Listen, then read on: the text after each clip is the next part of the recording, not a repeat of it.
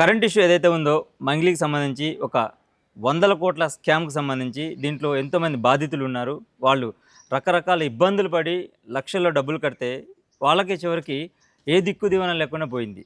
అంతేకాదు వాళ్ళకు కొన్ని బెదిరింపు కాల్స్ కూడా వస్తున్నట్లుగా కూడా మనకు సమాచారం అందుతుంది. అసలు సుబ్బారావుని ఎందుకు టార్గెట్ చేసింది మంగ్లీ అండ్ మంగ్లీ టీము? దీనికి సంబంధించి ఒక 6 క్వశ్చన్స్ అయితే ఉన్నాయి ముఖ్యంగా. సో 6 క్వశ్చన్స్ శేఖర్ భాషా గారితో డిస్కస్ చేసి ఆయన ఎనాలిసిస్ ద్వారా తెలుసుకుందాం. అందులో ముఖ్యంగా మొట్టమొదటి క్వశ్చన్, అసలు ఆమెది కానీ ఈ పంచాయతీలోకి ఆమె ఎందుకు రావాల్సి వచ్చింది? అండ్ రెండోది, సజ్జనార్ గారితో ఫోటో పెట్టడం అంటే బాధితుల్ని బెదిరించడానికి కోసమా? అలాగే మధు ఉన్న బలంగా ఆమెకేమీ సంబంధం లేదు, అంటే మంగ్లీకి ఏమీ సంబంధం లేదు, నన్ను అరెస్ట్ చేయండి అని లొంగిపోవడానికి ఎలాంటి శక్తులు వెనకాల ఉన్నాయి? ఇటువంటి ఒక 6 అంశాలు మనం ముందు మాట్లాడదాం. Hello sir. హాయ్ అండి. సో మొత్తం ఒక 6 ముఖ్యమైన పాయింట్స్ మనం ఇప్పుడు డిస్కస్ చేయాలి. మంగ్లీ గారికి సంబంధించి, ఆ స్కామ్కి సంబంధించి, ముఖ్యంగా పేదలకు సంబంధించి ఒక పెద్ద సమస్య ఇదేం చెప్పాలి. ఫస్ట్ ఆఫ్ ఆల్ నాకు ఒక పెద్ద డౌట్ ఏంటంటే, ఈ ఇష్యూలో అసలు మంగ్లీ గారు ఎక్కడ డైరెక్ట్గా ఇన్వాల్వ్ కావట్లేదని ఆవిడేం చెప్తున్నప్పుడు మీడియా ముందుకు వచ్చి మాట్లాడి ఎందుకు ఇన్వాల్వ్ అవ్వాల్సి వచ్చింది? ఆవిడకి అంత బిజీ షెడ్యూల్లో ఉంది, నేను ముందుగానే హెచ్చరించలేకపోయాను అది ఇది అని చెప్తున్నప్పుడు అసలు పంచాయతీకి వెళ్ళి కూర్చొని 4 గంటలు 6 గంటలు మాట్లాడాల్సిన అవసరం ఆవిడకి ఎందుకు వచ్చింది? ఒకటి, ఆవిడ సేఫ్ గార్డ్ చేసుకుంటుందా, లేదు ఆవిడ తమ్ముడు ఇన్వాల్వ్ అయి ఉన్నాడు కాబట్టి తన ఫ్యామిలీని సేఫ్ గార్డ్ చేసుకోవడం కోసం ఆవిడ పావులు కలుపుతోందా? ఎందుకు ఆవిడ పంచాయతీకి వచ్చింది? ఆవిడ తమ్ముడు ఇన్వాల్వ్ కాలేదనుకుందాం, ఆవిడ చెల్లెలు ఇన్వాల్వ్ కాలేదనుకుందాం, ఆవిడ ఇన్వాల్వ్ కాలేదనుకుందాం, మరి ఎందుకు వచ్చి కూర్చుంటారు ఎవరన్నా సరే? సో ఇది ప్రధానంగా అనుమానాలకు తావిస్తున్న నంబర్ 1. అలాగే రెండోది వచ్చి, ఆ మీటింగ్ అయిపోయిన తక్షణమే ఆయన బెదిరించారు. ఎంత బెదిరించకపోతే ఈ సుబ్బారావు అనే లాయర్ వెళ్ళి అక్కడ కేసు పెడతాడు.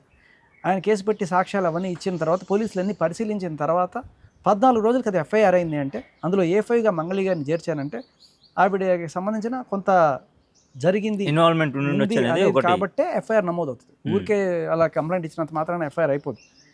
కొంత ప్రాథమిక సాక్ష్యాలు ఉండాలి. ఉన్న తర్వాత పోలీసులు దర్యాప్తు చేసి మొత్తం కనిపెట్టాలి. కానీ ఇక్కడ మంగ్లీ గారు ఎప్పుడైతే మీరు అన్నట్టు సజ్జనార్ గారితో ఫోటో పెట్టారో ఆ నెక్స్ట్ రోజే మొత్తం మారిపోయింది సీన్. ఏ సుబ్బారావుకి అయితే న్యాయం చేస్తామని చెప్పి పోలీసులు ఆ ఎఫ్ఐఆర్ చేశారో అదే పోలీస్ స్టేషన్లో ఆయనకి చేదనుభవం ఎదురైంది. ఆయన మీద కొంచెం డిస్రెస్పెక్ట్గా మాట్లాడడము, ఆయనకి బ్రీత్ అనలైజర్ టెస్ట్ చేయడము, అక్కడున్న మిగతా వాళ్ళకి కూడా బ్రీత్ అనలైజర్ టెస్ట్ చేస్తాము అని చెప్పి చెప్పడము, ఇవన్నీ కూడా కొంత బాధితులను బెదిరించి అక్కడి నుంచి పంపించేసే ప్రయత్నం జరిగింది అనే రకంగా బయటికి వెళ్తుంది. ఇక అక్కడితో ఆగకుండా ఈవిడకున్న పోలీస్ ఇన్ఫ్లుయెన్స్ వాడింది. అక్కడితో ఆగకుండా ఆవిడకున్న కమ్యూనిటీ ఇన్ఫ్లుయెన్స్. ఇప్పుడు నేను బంజారా బిడ్డని, ఆడబిడ్డని, సో అమ్మాయి కార్డు వాడింది, బంజారా కార్డు వాడింది. ఇవన్నీ కూడా రాజకీయంగా ఇదొకటి. తర్వాత ఈయనకి కేసు పక్కదో పట్టించడానికి తప్ప ఇవి ఏ రకంగా మనకు ఇప్పుడు బంజారా బిడ్డ కాదు, నార్మల్ బిడ్డ అయితే నీకో న్యాయం నాకో న్యాయం ఉంటుందా? నువ్వు ఆడపిల్ల కాదు, మగ పిల్లవాడు అయితే నీకో న్యాయం నాకో న్యాయం ఉంటుందా? ఇవన్నీ ఏంటి సార్? ఆవిడ బంజారా బిడ్డ ఓకే సార్, మరి బాధితులు ఎవరు బిడ్డలు? మరి అదే కదా, బాధితులు కూడా అందరూ ఆవిడకి సంబంధించిన తాండాలు వాళ్ళు ఈవిని చూసి అరే మన మంగ్లీ అనుకుని పెట్టారు. వాళ్ళు పెట్టిన తర్వాత ఈవిడ మాత్రమే బంజారా బిడ్డని ఈవిడ గుర్తొచ్చింది, వాళ్ళు బంజారా బిడ్డని గుర్తు రావట్లేదు. అలాగే అంటే తప్పుదారి పట్టించడానికి ఆవిడ వాడుతున్న ఈ ప్లాయ్స్గా గుర్తిస్తున్నారు జనాలు, అంతే తప్ప జెన్యూన్ కాజ్గా కనిపించట్లేదు. ఇప్పుడు కాకపోతే ఏంటి సార్? బంజారా బిడ్డ కాకపోతే ఏంటి? ఆడపిల్ల కాకపోతే ఏంటి? కాకపోతే కూడా అదే న్యాయం కదా మనిషి. అంతే కదా సార్, న్యాయం ఎవరికైనా ఒకటే కదా. ఇదొకటి. ఇక అంటే సంబంధం లేని వాటిని తీసుకురావాలి, అంటే అనవసరంగా డైల్యూట్ చేసే దేశం ఇది. ఆ బంజారా నాయకులను తీసుకొచ్చి వాళ్ళతో మాట్లాడించడము, మంగ్లీ గారికి ఏమన్నా అయితే ఇది చేస్తాం ప్రెషర్ పెట్టడము, సిస్టమ్ మీద ప్రెషర్ పెట్టడం. అవును. ఆవిడకి ఏం జరుగుతుంది? ఏమన్నైతే పోలీసులు కేసు పెట్టాలి, అంటే పోలీసులు కేసు పెడితే ఇది కమ్యూనిటీ ఇష్యూ చేస్తాం అని చెప్పి పోలీసులను బెదిరించడం. ఇది సో ఇటువంటి చాలా జరిగాయి కదా. మరి అప్పుడు రాలేదు కదా సార్ ఈ కమ్యూనిటీ వాళ్ళందరూ? అసలు ఈ కమ్యూనిటీ పెద్దలు నిలబడాల్సింది ఎవరి కోసం? అఫ్కోర్స్ ఒక పెద్ద అలా మాట్లాడినందుకు మాత్రం మిగతా వాళ్ళు పాపం ఆ కమ్యూనిటీ వాళ్ళ కోసం గట్టిగా మాట్లాడుతున్నారు. నువ్వు తాండాకు వచ్చి సమాధానాలు చెప్పాలి, ఇక్కడ కాదు. రాములు నాయక్ గారి కామెంట్ కూడా ఎప్పుడైనా సరే అక్కడికి వచ్చి ఇది సమాధానం చెప్పాలి, మాట్లాడాలి అని చెప్పేసి అన్నారు ఆయన అని చెప్పి అంటున్నారు. అండ్ అలాగే అదే కమ్యూనిటీకి చెందిన వాళ్ళు వెళ్ళి సినిమాల్లో అవకాశాలు ఇవ్వద్దు అని చెప్పి మాట్లాడిన నాయక్ గారు కూడా ఉన్నారు. సో ఇక్కడ ఈ రకమైన రాజకీయాలు, దీంతో పాటు అసలు సంబంధమే లేదే, సుబ్బుకి శ్రీముఖి అంటే ఇష్టమా, జయమాలిని అంటే ఇష్టమా, జ్యోతిలక్ష్మి అంటే ఇష్టమా, నన్ను అసలు శ్రీముఖి రావాల్సిన అవసరం ఆయనకి బిగ్ బాస్ ఇష్టమా, లేకపోతే ఇండియన్ ఐడల్ పోతాడా, ఆయన ఇష్టం ఎక్కడికైనా పోతాడు. దానికి నీకు నువ్వు సమాధానం చెప్పు, వీళ్ళకి సమాధానం చెప్పు. అయ్యా నాకు సంబంధం లేదు, సరే ఇదిగో అని మీకు డైమండ్ నెక్లెస్ ఇచ్చాడు కదా అంటే, లేదు అది నేనే కొనుక్కున్నాను, కావాలంటే ఇదిగో బిల్లు, ఇలాంటివి చూపించు. అంతేగాని నువ్వు అవతల వ్యక్తి మీద నింద మోపితే నువ్వు రైట్ అయిపోవు కదా. నీ మీద వేలైతే చూపిస్తాను. ఇప్పుడు అక్యూజ్ నువ్వు, A5 నువ్వు దాంట్లో. సో నువ్వు చెప్పాలి. ఇప్పుడు వాళ్ళందరూ నీ ఇంటికి ఎందుకు వచ్చారు, ఎందుకు తాగారు అనేదాన్ని నువ్వు సమాధానం చెప్పుకో. ఆ ఇల్లు ఖాళీగా ఉంటుందట, ఎప్పుడైనా ఇప్పుడు షూటింగ్లకు వాడుకుంటుందట, షూటింగ్లో లేని టైంలో ఖాళీగా ఉంటుంది, తాళం అడిగి తీసుకున్నారు, వెళ్ళిచ్చారు. మరి బంజారా బిడ్డలు ఈ 20-30 మంది అన్యాయంగా రోడ్డును పడి చెప్పులు కూడా లేకుండా, ఉండడానికి ప్లేసులు లేక 3 రోజులకు ఒకసారి స్నానాలు చేసుకుంటూ అదే బట్టలు ఉతుక్కొని మళ్ళీ వేసుకుంటూ 5 రూపాయల క్యాంటీన్ దగ్గర తింటూ ఆ 20 మంది మీ ఇంట్లో మందు పార్టీ చేసుకోవడానికి పనికొచ్చిన 20 మంది ఇప్పుడు అంత దుస్థితిలో ఉంటే వాళ్ళని తీసుకెళ్ళి మీ ఇంట్లో పెట్టుకోలేవా? సో ఇలా అన్నీ కూడా రాంగ్ స్టెప్లే అన్నట్టుగా అనిపిస్తున్నాయి. ఒక్కటి కూడా వాళ్ళ పక్షాన నిలబడుతున్న ఒక్కటి కనబడతలే. దానికి తోడు వాళ్ళ మీద నిందలేస్తూ హిమవత్ రెడ్డి ఎవరో ఉన్నారు, ఆయనే అసలు దీనికి అంత కారణం, ఆయన నేను గురువు అని పిలుస్తానని చెప్పి ఆ మధు చెప్పడము, అంటే వీళ్ళనే బెదిరించి తరిమేసే ప్రయత్నం చేస్తున్నారు. అయ్యా మాకు అన్యాయం జరిగిందంటే లేదు నువ్వే దోషివి అనే టైప్లో. సో దీనికి వాళ్ళు వేసిన స్కెచ్, లేకపోతే మరి మంగ్లీయో లేకపోతే ఆ టీంలో ఎవరన్నా చెప్పారో, మంగ్లీ గారికి చెడ్డ పేరు వచ్చేస్తుంది, నువ్వు ముందెళ్ళి సరెండర్ అయిపో, నీకేం కాకుండా మేము చూసుకుంటాం అని చెప్పి ఆయనకి ఎవరన్నా హామీ ఇచ్చారా? అందువల్లే ఆయన వెళ్ళిపోయి పోలీసులకు లొంగిపోయాడా? మరి అలా లొంగిపోవడం వల్ల ఇవాళ ఆ డీసీపీ గారు ఎవరో వచ్చి మాట్లాడుతున్నారు, అంత సాఫ్ట్గా మాట్లాడుతున్నారు. ఏమిటి ఆ మధు చెప్పినట్టు మంగ్లీకి దీంట్లో ఏం సంబంధం కనిపించట్లేదు. మధు చెప్పినట్టు అంటే వాడు స్కామర్ అయ్యా, వాడు చెప్పినట్టు అంటే వాడు చెప్పిన మాటలు నువ్వు చెప్పడానికా? మీరు తట్టి అడిగి వాళ్ళ కాల్ రికార్డులు తీసి ఆ బ్యాంక్ ట్రాన్సాక్షన్లు తీసి ఇది ఎంక్వైరీ చేసి అప్పుడు కదా మీరు చెప్పాల్సింది. ప్రాథమిక దర్యాప్తులో ఏమీ లేదు అని వెల్లడవుతుంది. అంటే ఏంటి ఇక్కడ మంగ్లీ గారి ఇమేజ్ని కాపాడడానికి వీళ్ళందరూ కూడా కష్టపడిపోతున్నట్టు కనిపిస్తోంది తప్ప, అరే బాధితులకు న్యాయం చేస్తున్నట్టు ఒక్క అడుగు కనపట్లేదే. మరి కనీసం గవర్నమెంట్ అయినా సరే ఒక చొరవ తీసుకొని రేవంత్ రెడ్డి గారు లేకపోతే ఇప్పుడు పక్క రాష్ట్రంలో లోకేష్ గారు వచ్చి చెప్పారు, మేము వీళ్ళ అండగా నిలబడతాం, వీళ్ళకి న్యాయం జరిగేట్టు చూస్తామని చెప్పి. మరి రండి, ముందుకు రండి, కర్ణాటక నుంచి రండి, ఆంధ్ర నుంచి, తెలంగాణ నుంచి అందరూ కలిసి ఒక సిట్ని ఏదైనా ఏర్పాటు చేసి గట్టిగా 100 కోట్లు 1000 కోట్లు అంటున్నారు. 10 కోట్లతో మొదలైంది 1000 కోట్లు స్కామ్ అని చెప్పేసి అంటుంది. రూపీస్ తవ్వుతున్న కొద్దీ వస్తూ ఉంది కదా. అదే కదా. సో ఇప్పుడు వాళ్ళని భయపెట్టి పంపించేసే ప్రయత్నం జరుగుతుంది. ఇప్పుడు ఆయన షాకింగ్ విషయం, వాళ్ళని అరెస్ట్ చేస్తారంట. ఎవరిని? హిమవత్ రెడ్డిని, ఇంకా కొంతమంది ఆయనతో తిరుగుతున్న వాళ్ళందరూ కూడా ఇప్పుడు ఈయన మధు ఎవరి పేర్లు చెప్తే వాళ్ళందరూ నేరస్తులు అనమాట. ఎందుకంటే ఈయన అప్రూవర్గా మారిపోయాడంట, ఈయన చెప్పిన వాళ్ళందరూ నేరస్తులు అంటే ఇప్పుడు వాళ్ళందరినీ తీసుకొచ్చి లోపలేస్తారంట. ఎవరైతే బాధితుల పక్షాన్ని నిలబడుతున్నారో వాళ్ళందరినీ తీసుకొచ్చి లోపలేసే క్రమం ఈ అద్భుతమైన కార్యక్రమానికి తెరలేసింది అన్నట్టుగానే అనిపిస్తుంది. సామాన్యుడిగా నాకు న్యూస్ చూస్తే అర్థమవుతుంది, ప్రజలందరికీ అర్థమవుతుంది.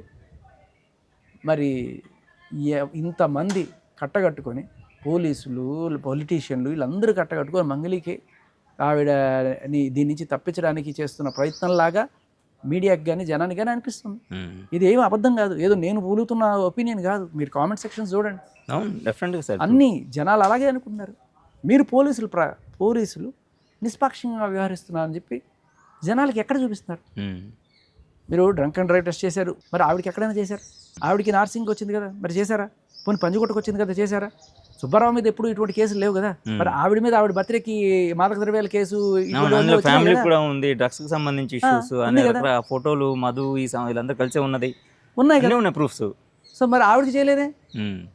ఆవిడ మాదక ద్రవ్యాలు మత్తులో మాట్లాడుతుందా లేకపోతే నిజంగా మాట్లాడుతుంది? ఇప్పుడు ఇద్దరు ఈక్వలే కదా. సుబ్బారావుకి చేసింది, మంగళకి ఎందుకు చేయలేదు? సరే వదిలే. ఇప్పుడు ఆ నార్సింగ్ పిఎస్ వాళ్ళు ఈవిడ కేసు పెట్టగానే అందరికీ ఫోన్లు చేసేసి సుబ్బారావు చేశాడా లేదా అని చెప్పి కనుక్కోవడానికి ప్రయత్నిస్తున్నారు. ఏం దొరకలే అక్కడ. కానీ సుబ్బారావు పెట్టిన కేసులో పంజగుట్ట పోలీసులు ఏం ఎంక్వైరీ చేశారు ఇప్పటిదాకా? ఆవిడ చేసిందా? ఇప్పుడు బయట జనాలకి డీసీపీ గారు వచ్చి చెప్పారు, ఆ తమ్ముడో కాదో కూడా తెలియదండి ఆ శివ అనేటోడు ఈవిడికి, ఇలా ఏవో చెప్పుకుంటూ వచ్చారు కదా. బట్ అలాగే పంజగుట్ట పిఎస్లో ఈ కేసు పెట్టినప్పుడు ఏఫైగా ఇవి ఉన్నప్పుడు మేము ఈ కేసు పెట్టి ఒక 20 రోజులు 30 రోజులు అవుతోంది. దీంట్లో మేము సాధించిన ప్రగతి ఇది, మమ్మల్ని తప్పుగా అర్థం చేసుకుంటున్నారు, మేము ఆ రోజు ఏదో నిజంగానే డౌట్ వచ్చి చెక్ చేసాము, కానీ చూడండి మేము వెళ్ళి కనుక్కున్నాము, ఇదిగో ఇవి రికార్డ్స్, ఇవి వీడియో సాక్ష్యాలు అని చూపించడం వల్ల పోలీసుల్లో ఇప్పుడు మసకబారుతున్న ఇమేజ్ ఏదైతే ఉందో, వీళ్ళు బాధితుల పక్షాన లేరు అనే ఇమేజ్ మారుతుంది. ఎక్కడ మేము ఇప్పుడు ఆయన సాక్ష్యాలు సమర్పించలేదని చెప్పడం ఏంటి? నువ్వు కదా సాక్ష్యాలు తీసుకురావాల్సింది, పోయి నువ్వు కదా ఇన్వెస్టిగేట్ చేయాల్సింది. సరే ఆయన ఇచ్చిన సాక్ష్యాలు ఇచ్చాడు, బట్ మీరేం చేశారు? నార్సింగ్ పిఎస్ అయినా సరే ఫోన్ చేసి కనుక్కుంటున్నారు, మీరు ఎంతమంది ఫోన్ చేశారు, ఏం కనుక్కున్నారు? ఆ జనాలకి చూపించాల్సిన అవసరం మామూలుగా లేకపోవచ్చు, కానీ ఇప్పుడున్న పరిస్థితిలో మీరు ఆ టెస్ట్ చేయడం వల్ల ఆవిడికి మీరు సపోర్ట్ చేస్తున్నారు అనే నింద మీ మీద పడడం వల్ల నిరూపించుకోవాల్సిన బాధ్యత కూడా మీ మీద ఉంది. ఖచ్చితంగా మీరు చేసిన ఎంక్వైరీ ఏంటి, దాంట్లో వచ్చిన రిజల్ట్ ఏంటి చెప్పండి. ఇప్పుడు మధు గారు చెప్పారు కాబట్టి ఆవిడకి సంబంధం లేదు అని చెప్పడమా ఎంక్వైరీ అంటే? సంబంధం లేదు సార్, మేము ఆ ట్రాన్సాక్షన్స్ అన్ని తీసాము, ఆవిడకి ఈయనకి అసలు ఎక్కడ కూడా ఒక్క కాల్ కూడా కలవలేదు చెప్పండి. లేకపోతే ఆవిడకి ఈయనకి మధ్య ఇన్ని సంభాషణలు జరిగినాయి, ఇంతసేపు మాట్లాడుకున్నారు, ఇదిగో వాళ్ళ వాట్సాప్ చాట్లు ఇవి, వాళ్ళకి కలిసి ఉన్న ఫోటోలు ఇవి, పోలీసులు తెలుసుకుంటే ఎంతసేపు సార్? వాళ్ళ ఫోటోల్లో డిలీట్ చేసినా సరే ఫారెన్సిక్ ఎక్స్పర్ట్స్ తీసుకొస్తారు. ఆ మధు ఫోన్ తీసుకున్నారా? ఆ మధు ఫోన్లో ఉన్న డీటెయిల్స్ తీసారా?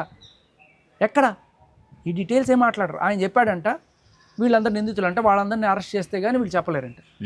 అంటే బాధితుల్ని మేము అరెస్ట్ చేస్తాం, నిందితులు దర్జాగా తిరుగుతుంటారు.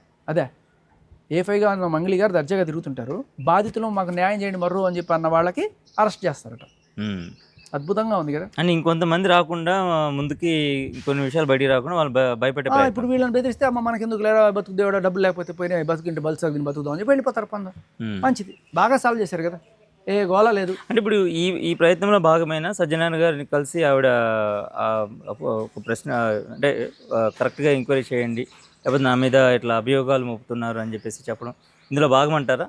ఆయనతో ఆవిడ ఏం మాట్లాడిందో అనేది ఏమైనా ఉండొచ్చు, అది మనకు తెలియదు, ఆయన చెప్తే కానీ తెలియదు.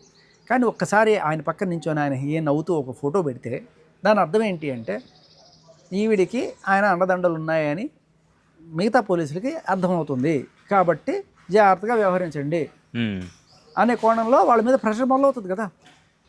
వాళ్ళకి ఆయన డైరెక్ట్గా ఫోన్ చేసి చెప్పక్కర్లా, అబ్బో పెద్ద ఆయన ఉన్నాడు రా బాబు, మనం ఎందుకు రిస్క్ తీసుకోవడం, ఈవిడికి ఎంతోమంది ఫ్యాన్స్ ఉంటారు, అందులో ఆయన కూడా ఒకళ్ళు ఏమనుకుంటారేమో, లేకపోతే ఈవిడ చెప్పినట్టుగా ఈవిడకి ఆయనకి శ్రీముఖి మీద క్రష్ అన్నట్టుగా ఈవిడంటే క్రష్ ఆఫీసర్లు ఎవరన్నా ఆవిడకి హెల్ప్ చేస్తున్నారని జనాలు అనుకునే ఆశ ఇది లేకపోలేదు కదా.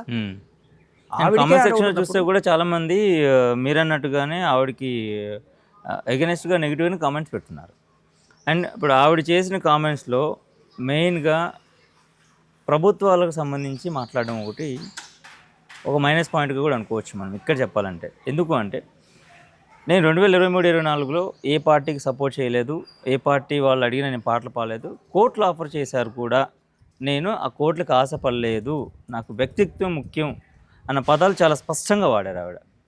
అలా మాట్లాడిన కొన్ని గంటల్లోనే ఆవిడ వీడియోకి ట్యాగ్ చేసి వైసీపీకి సంబంధించి ఆ టైంలోనే ఆవిడ సపోర్ట్ చేస్తున్నట్లుగా జగన్మోహన్ రెడ్డి గారిని గెలిపించండి, ఆ ప్రభుత్వాన్ని గెలిపించండి, ఫ్యాన్ గుర్తుకు ఓటేయండి అన్నట్టుగా ఆవిడ ఒక పాట పాడింది, ట్యాగ్ చేశారు. ఆ తర్వాత మళ్ళీ అసలు ఆ టాపికే లేకుండా పోయింది. అంటే దీన్ని బట్టి చూస్తే మంగళి గారు వెనకాల పెద్దవాళ్ళ సపోర్ట్ ఉంది కాబట్టి వీళ్ళని బెదిరిస్తూ సుబ్బారావు గారి మీద ప్రెజర్ పెంచుతున్నారని అనుకోవచ్చా? దీని స్పష్టంగా అదే కదా కనబడుతుంది. ఖచ్చితంగా నాకు తెలిసి ఇప్పుడు సుబ్బారావు గారి మీద ప్రెషర్ పెట్టడం కొంచెం కష్టమే. ఎందుకు అంటే సరే ఈ రౌడీలను పంపించి బెదిరించడాలు, లేకపోతే పోలీస్ ఆఫీసర్లతోటి ఏదో కొంత బెదిరింపు దూరంలో మాట్లాడించడాలు, ఇటువంటివన్నీ చేస్తే ఆగుతాడు అనుకున్నారు. కానీ అతను ఆగే మనిషిలాగా అనిపించాలి. ఎందుకంటే హైకోర్టు దాకా తీసుకెళ్ళాడు మ్యాటర్, హైకోర్టు జడ్జి కూడా ముట్టుకెళ్ళేసే పరిస్థితికి వచ్చింది, లాయర్లు అందరూ కూడా ఆయన కోసం నిలబడ్డారు. సో ఇంత సపోర్టు, ఇంత మీడియా సపోర్టు ఉన్నప్పుడు ఆయన ఏం చేయలేరు. ఇప్పుడు ఆయన మీద ఏగవాలన్నా కూడా ఆవిడ మీదకి వస్తుందని తెలుసు, ఆయనకి ఏ చిన్న దెబ్బ తగిలినా కూడా అది మంగళి గారి మీదకి వస్తుందని తెలుసు ఖచ్చితంగా. అందుకనే అటువంటి రిస్క్లు ఏం తీసుకోరు వాళ్ళు నాకు తెలిసి. బట్ ఆయనకి ఏం కాకపోతుందా, లేకపోతే ఈయన పట్టుకుంటారు, ఇవన్నీ అవసరం. అయ్యా నువ్వు మంగళిని శిక్షించకపో, మంగళికి ఉందనో లేదనో మాకు అవసరం లేదు, ఆ మధుని శిక్షిస్తావు లేదో కూడా పక్కన పెట్టి బాధితులకు న్యాయం చేయవయ్యా. జనరల్గా అందరం మాట్లాడుతున్న పాయింట్ కూడా అదే. ముందు పేదవాళ్ళకి వాళ్ళ పక్షాన్ని నిలబడి ప్రతి ఒక్కరు వాళ్ళకి న్యాయం చేసే విధంగా చూడాలి. పెద్ద మనసు చేసుకొని మరి ఆవిడ ఆవిడ కోసం మధు అనేటోడు ఏకంగా జైలుకి వెళ్ళిపోయి స్టేజ్కి వచ్చేసాడు కదా, మంగ్లీ గారిని అనకండి ఆవిడకి ఏం సంబంధం లేదని. మరి ఇదే మంగ్లీ గారు కోసం జైలుకి వెళ్ళిన వాడు మంగ్లీ గారు చెప్తే వినడా? సార్ ఇంకొక పాయింట్ అరే సోదరా, ఆ మధు నువ్వు నా కోసం జైలుకి వెళ్ళినంత రోడ్డు వాళ్ళ డబ్బులు కూడా వాళ్ళకి ఇచ్చారని చెప్పచ్చు కదా ఇప్పుడే.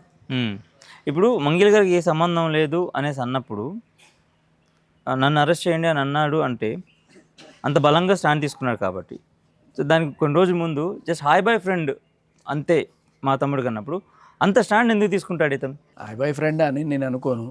హాయ్ బాయ్ ఫ్రెండ్ అని అనిపించట్లేదు. ఎందుకంటే ఆవిడ బర్త్డే పార్టీలో కనబడ్డారు, డైమండ్ నెక్లెస్లు ఇచ్చారని చెప్తున్నారు. తర్వాత వాళ్ళందరినీ తీసుకెళ్ళి ఆవిడ ఇంట్లో మంగ్లీ గారి ఇంట్లోనే మందు పార్టీలు చేసుకున్నారని చెప్తున్నారు. సో ఇంత జరుగుతున్నప్పుడు అండ్ అలాగే వాళ్ళ తమ్ముడికి ఆయనకి ఉన్న బాండింగ్ ఫ్రెండ్షిప్ అంటున్నారు. అక్కడికి వాళ్ళ చెల్లెల్ని కూడా ఆయనకి ఇచ్చి చేద్దాం అనుకున్న పరిస్థితి.